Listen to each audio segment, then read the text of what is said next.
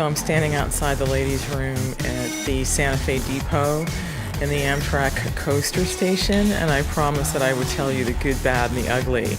And the ladies' bathroom here is one of the most crappiest bathrooms that I have ever been in an Amtrak station. This is a historic train station. There's a lot of beauty in it, but for what reason they can't seem to install better toilets, sinks that aren't droopy, a decent hand dryer. There's no paper towels. The doors are hard to lock. Today there's now a broken window that someone just put a piece of wood over it.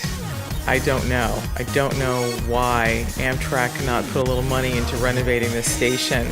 It's really a disappointment and it's uncomfortable.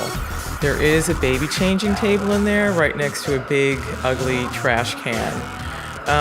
The good things about this station is that there is a little snack bar, although it's not the fanciest snack bar.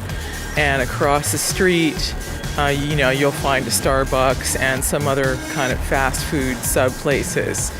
It's a shame because this is a beautiful station.